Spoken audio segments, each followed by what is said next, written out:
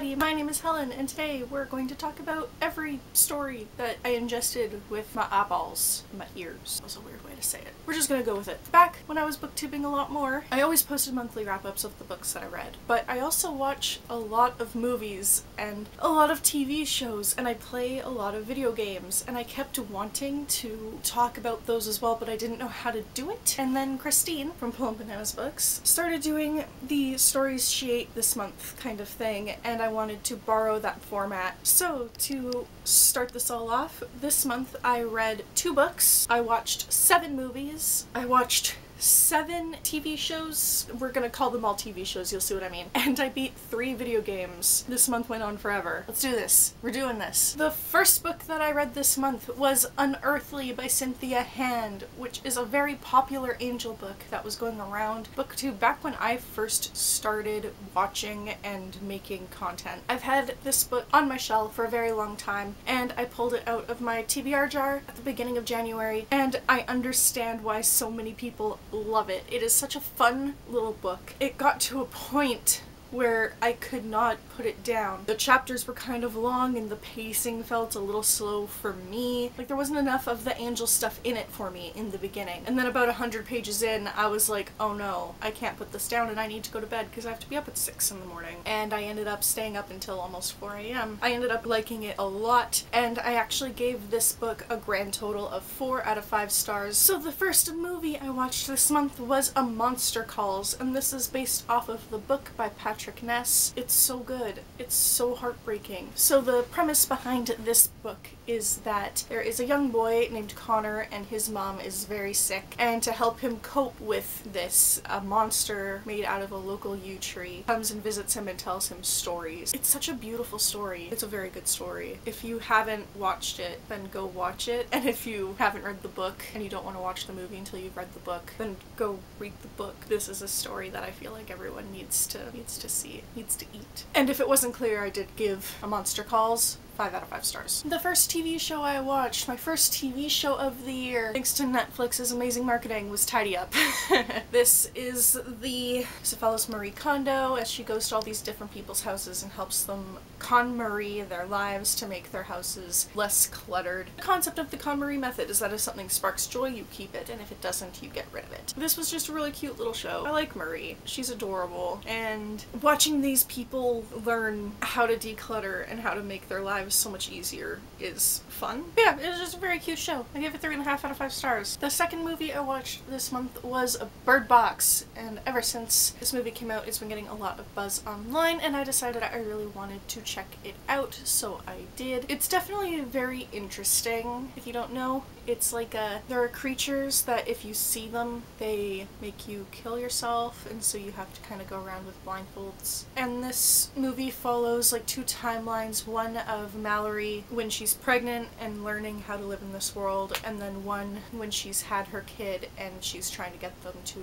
a safe place that she's heard about. I had a lot of my friends who love horror movies tell me that this movie had them like on the edge of their seats, that they were super anxious while they were watching it. And I will say it had that feeling for some of it, but it actually didn't frighten me all that much, which honestly is why I was able to watch it in the first place, because I do not do well with horror. I don't think it's as good as a lot of people make it out to be, but I still had fun watching it. I ended up giving Bird Box 3 out of 5 stars. The next TV show I watched was You, which is based on the book by Carolyn Kepnes. So the idea of it being that this man, Joe, works at a bookstore and he sees a girl walk in and he thinks that she's beautiful, and he starts stalking her in order to learn how to be like the perfect man for her. And it follows their whole relationship, and you see him slowly spiral into something terrifying. The show did a really good job of balancing like feeling like Joe is such a creep, and then showing him being like a relatively decent dude so that he's likable enough that you want to keep watching and that you're almost rooting for him and Beck to work out. It was quite a show. I ended up giving you 5 out of 5 stars. I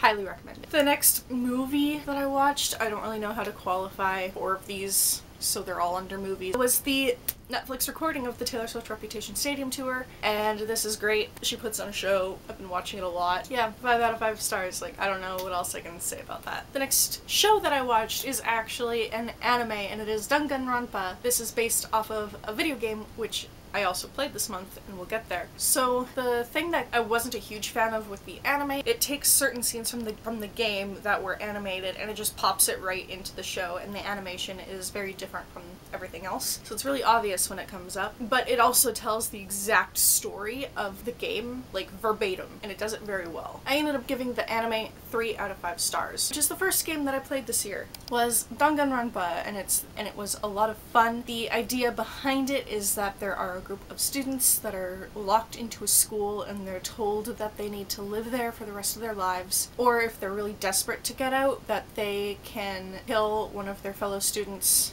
and as long as they're not caught, they will graduate and everyone else will be killed. Weirdly high stakes, and the headmaster keeps giving them different motivations to want to kill each other. It's a very interesting game, and I enjoyed my time playing it. If it sounds like something you'd be interested in, I recommend checking it out. I really enjoyed the game. I gave it 4 out of 5 stars. The next movie that I watched was the latest John Mulaney special on Netflix, and I'm blanking on what it's called, but it's the one at Radio City Music Hall. This was so much fun. It was my first proper introduction to John Mulaney, and I understand why he is so widely loved and why people seem to resonate with his comedy. He does a bit in this one about English majors that I felt so attacked with, but like it had me rolling on the ground laughing. I loved it. I did give this one 4 out of 5 stars. The next show that I watched started off as a rewatch, and then I actually finished the entire thing. The Mindy Project, which was created by and stars Mindy Kaling. I started watching the Mindy Project years and years ago because my favorite actor is going to guest star in an episode and I wanted to watch it. Marathoned everything up until that point and finished that season, and then I kind of stopped watching. And they have all 6 seasons on Netflix, so I went in and watched it. Basically the first 3 seasons are good, season 4 is shit, season 5 is slightly better, and season 6 is also shit. I have very strong feelings about the last few seasons. Overall, like, I did still enjoy my time watching, but the last few seasons did put a damper on like my overall enjoyment, so I ended up giving the series as a whole 3 out of 5 stars. The next movie that I watched was John Mulaney: The Comeback Kid. This one had me laughing so hard while I was watching. I had woken up stupidly early one morning and decided to just like watch them all in a row, and this one had me laughing so loud that my parents came downstairs to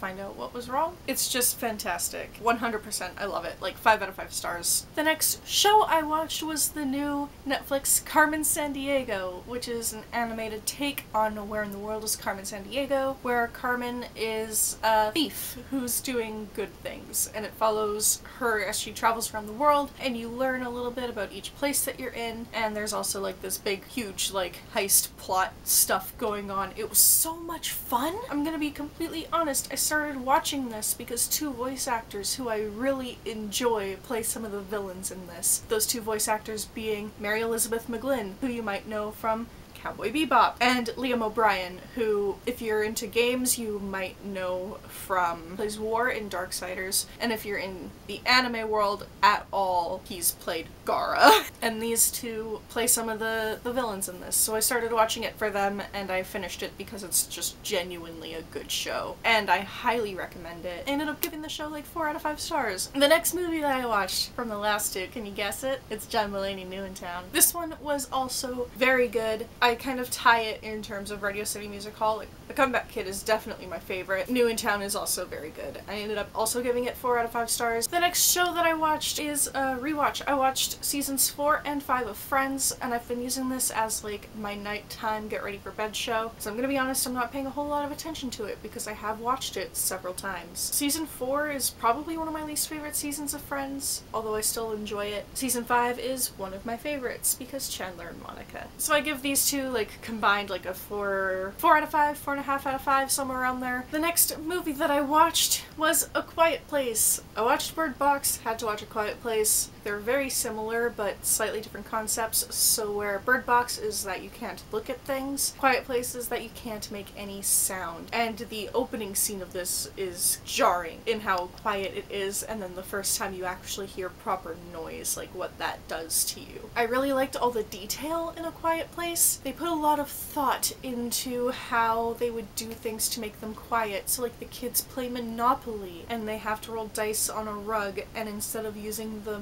little like plastic pieces, they use bits of cloth. The fact that their most walked paths are covered in sand. The stakes felt way higher in this one than they did in Bird Box as well. I actually really enjoyed A Quiet Place. I gave A Quiet Place, like I wrote down 3.5 out of 5 stars. It would probably be closer to 4. And the last show that I watched, again, this is where the definition of show gets a little dicey. I have been watching Critical Role, which is a Dungeons & Dragons show, since May of last year. And I watched all of Campaign 1, they're in the middle of Campaign 2. And for those of you who don't know, Critical Role is a game where a bunch of nerdy-ass voice actors sit around and play Dungeons & Dragons. So you have people who are pretty well known in the voice actor community, so like Liam O'Brien that I mentioned earlier is part of the cast. Travis Willingham, who, again, if you're in anime at all, like Roy Mustang, Laura Bailey, who is Lust, and also like Nadine from Uncharted 4, Ashley Johnson, who is Ellie in The Last of Us. The cast for this show is incredible, and I caught up with it around the end of last year, and so I kept up with the episodes that they put out this month, which were episodes 44 to 48, 5 out of 5. And the last book that I read was actually a book I listened to by audiobook, and it was Beneath the Sugar Sky by Shauna Maguire, which is book 3 in